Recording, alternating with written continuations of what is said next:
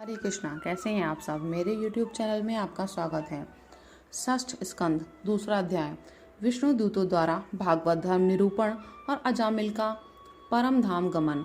श्री सुखदेव जी कहते हैं, परीक्षित, भगवान के नीति निपुण एवं धर्म का मर्म जानने वाले पार्षदों ने यमदूतों का यह अभिभाषण सुनकर उनसे इस प्रकार कहा। भगवान के पार्षदों ने कहा, यमदूतों, ये बड़े आश्चर्य और खेद की बात है कि धर्मज्ञों की सभा में अधर्म प्रवेश कर रहा है, क्योंकि वहाँ निरपराध और अदंडनीय व्यक्तियों को व्यर्थ ही दंड दिया जाता है, जो प्रजा के रक्षक हैं, शासक हैं, समदर्शी और परोपकारी हैं। यदि वे ही प्रजा के प्रति विषमता का व्यवहार करने लगे तो फिर प्रजा किसकी शरण लेगी। सत्पुरुष जैसा आचरण करते हैं, साधारण लोग भी वैसा ही करते हैं। वे अपने आचरण के द्वारा जिस कर्म को धर्मानुकूल प्रमाणित कर देते हैं, लोग उसी को अनुकरण करने लगते हैं। साधारण लोग पशुओं के समान धर्म और अधर्म का स्वरूप न जानकर किसी सत्पुरुष पर विश्वास कर लेते हैं, उसकी गोद में सिर रखकर निर्भय और निश्चिंत सो जाते हैं। वही दयालु सत्पुरुष, जो प्राणियों का अत्यंत विश्वास पात्र है और जिसे मित्र भाव से अपना हितैषी समझकर उन्होंने आत्मसमर्पण कर दिया है, उन अज्ञानी जीवों के साथ कैसा विश्वासघात कर सकता है। यमदूतों, इसने कोटि कोटि जन्मों की पाप राशियों का पूरा पूरा प्रायश्चित कर लिया है, क्योंकि इसने विवश होकर ही सही भगवान के परम कल्याण में मोक्ष प्रद नाम का उच्चारण तो किया है। जिस समय इसने नारायण इन 4 अक्षरों का उच्चारण किया, उसी समय केवल उतने से ही इस पापी के समस्त पापों का प्रायश्चित हो गया। चोर, शराबी, मित्रद्रोही, ब्रह्मघाती, गुरु पत्नीगामी, ऐसे लोगों का संसर्गी, स्त्री, राजा, पिता और गाय को मारने वाला, चाहे जैसा और चाहे जितना बड़ा पापी हो, सभी के लिए यही इतना ही सबसे बड़ा प्रायश्चित है कि भगवान के नामों का उच्चारण किया जाए, क्योंकि भगवान नामों के उच्चारण से मनुष्य की बुद्धि भगवान के गुण, लीला और स्वरूप में रम जाती है और स्वयं भगवान की उसके प्रति आत्मीय बुद्धि हो जाती है।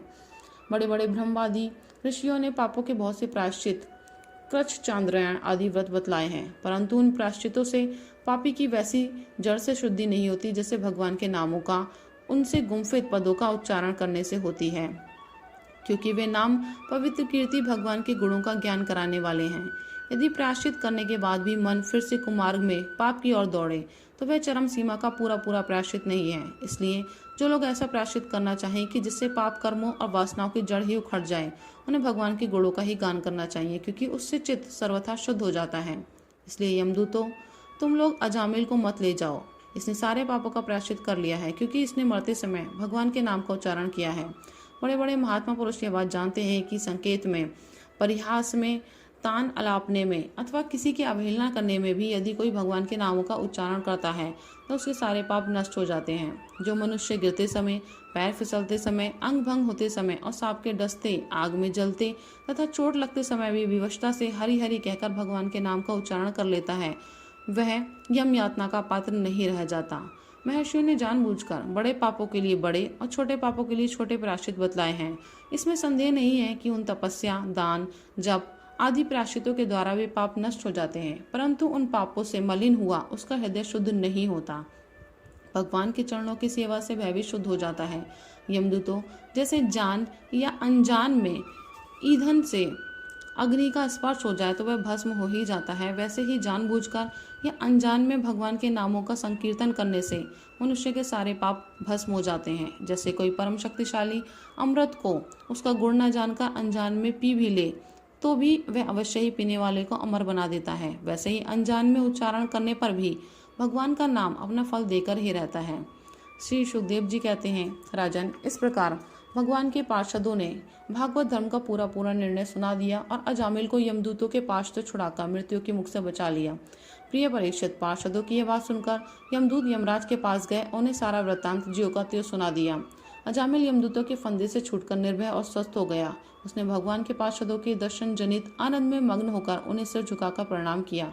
निष्पाप परीक्षित, भगवान के पार्षदों ने देखा कि अजामिल कुछ कहना चाहता है, तब वे सहसा उसके सामने ही वहीं अंतर्धान हो गए।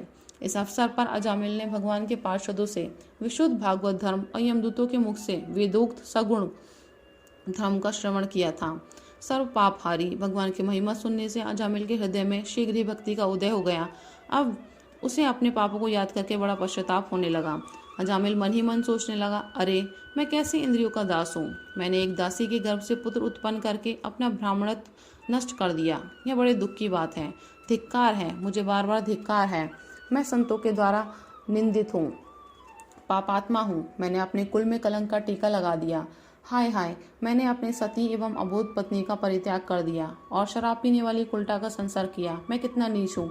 मेरे माँ बाप बूढ़े और तपस्वी थे, वे सर्वथा असहाय थे। उनकी सेवा शुश्रूषा करने वाला और कोई नहीं था। मैंने उनका भी परित्याग कर दिया। ओह, मैं कितना कृतज्ञ हूँ। मैं अब अवश्य ही अत्यंत भयावह नरक में गिरूंगा, जिसमें गिरकर धर्मघाती पापात्मा कामी पुरुष अनेकों प्रकार की यम यातना भोगते हैं। मैंने अभी जो अद्भुत दृश्य देखा, क्या यह स्वप्न है अथवा जागृत अवस्था का ही प्रत्यक्ष अनुभव है? अभी अभी जो हाथों में फंदा लेकर मुझे खींच रहे थे, वे कहाँ चले गए? अभी अभी वे मुझे अपने फंदों में फंसाकर पृथ्वी के नीचे ले जा रहे थे, परंतु 4 अत्यंत सुंदर सिद्धों ने आकर मुझे छुड़ा लिया। वे अब कहाँ चले गए? यद्यपि मैं इस जन्म का महापापी हूँ, फिर भी मैंने पूर्व जन्मों में अवश्य ही शुभ कर्म किए होंगे, तभी तो मुझे इन श्रेष्ठ देवताओं के दर्शन हुए। उनकी स्मृति से मेरा हृदय अब भी आनंद से भर रहा है। मैं कुल्टागामी और अत्यंत अपवित्र हूँ। यदि पूर्व जन्म में मैंने पुण्य न किए होते, तो मरने के समय मेरी जीभ भगवान के मनोमोहक नाम का उच्चारण कैसे कर पाती? कहाँ तो मैं महाकपटी, पापी, निर्लज और भ्रम तेज का नष्ट करने वाला, तथा कहाँ भगवान का वह परम मंगलमय नारायण नाम।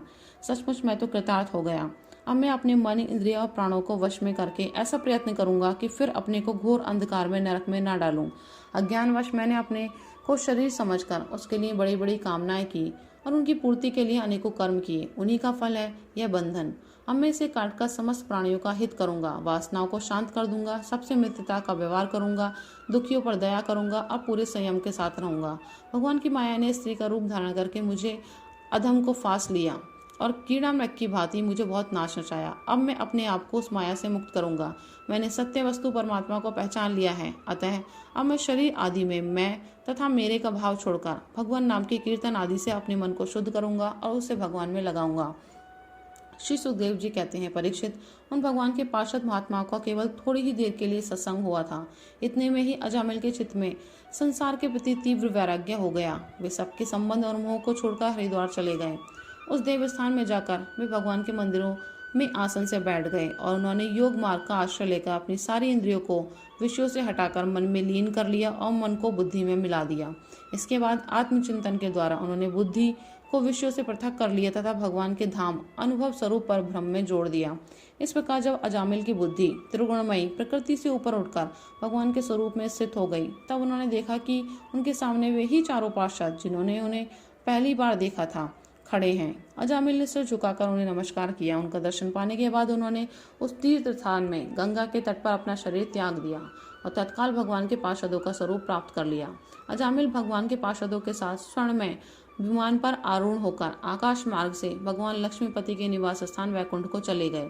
परीक्षित, अजामिल ने दासी का सहवास करके सारा धर्म कर्म चौपट कर दिया। वे अपने निंदित कर्म के कारण पतित हो गए थे। नियमों से च्युत हो जाने के कारण उन्हें नरक में गिराया जा रहा था, परंतु भगवान के एक नाम का उच्चारण करने मात्र से वे उससे तत्काल मुक्त हो गए।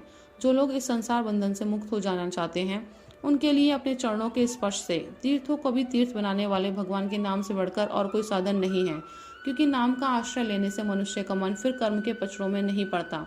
भगवान नाम के अतिरिक्त और किसी प्रायश्चित का आश्रय लेने पर मन रजोगुण और तमोगुण से ग्रस्त ही रहता है तथा पापों का पूरा नाश भी नहीं होता। परीक्षित, यह इतिहास अत्यंत गोपनीय और समस्त पापों का नाश करने वाला है। जो पुरुष श्रद्धा और भक्ति के साथ इसका श्रवण कीर्तन करता है, वह नरक में कभी नहीं जाता। यमराज के दूत तो आंख उठाकर उसकी ओर देख तक नहीं सकते। उस पुरुष का जीवन चाहे पाप में ही क्यों न रहा हो, वैकुंठ लोक में उसकी पूजा होती है। परीक्षित, देखो, अजामिल जैसे पापी ने मृत्यु के समय पुत्र के बहाने भगवान के नाम का उच्चारण किया, उसे भी वैकुंठ की प्राप्ति हो गई। फिर जो लोग श्रद्धा के साथ भगवान नाम का उच्चारण करते हैं, उनकी तो बात ही क्या है। हरे कृष्णा।